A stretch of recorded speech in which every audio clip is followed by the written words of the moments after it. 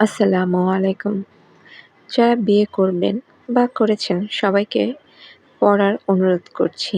এটা পড়লে অনেকের বিয়ে নিয়ে ভাগ্যকে গালি দিতে শুনি। আশা করি তাদের এই ভুল ধারণাটাই পাল্টে যাবে। মহান আল্লাহ রাব্বুল আলামিন বলেন, তোমরা পছন্দ মতো বিয়ে করো।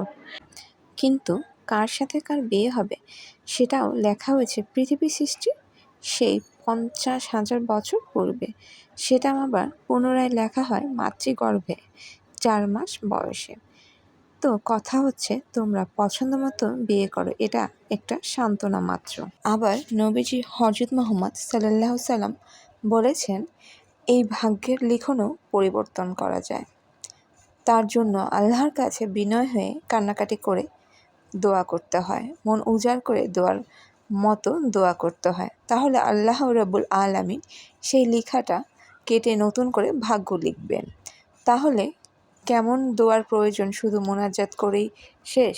না, দোয়া হতে হবে মার্জিত, বিনয়ী, কান্নাকাটি করতে হবে আল্লাহর দরবারে মনোযোগ সহকারে, অন্তরের অন্তঃস্থ দিয়ে দুহাত তুলে মন উজাড় করে চাইতে হবে। লিখনিতে শেখ আব্দুর রাজ্জাক বিন ইউসুফ। আল্লাহ হাফেজ। সবাই ভালো থাকবেন, আমার জন্য দোয়া করবেন।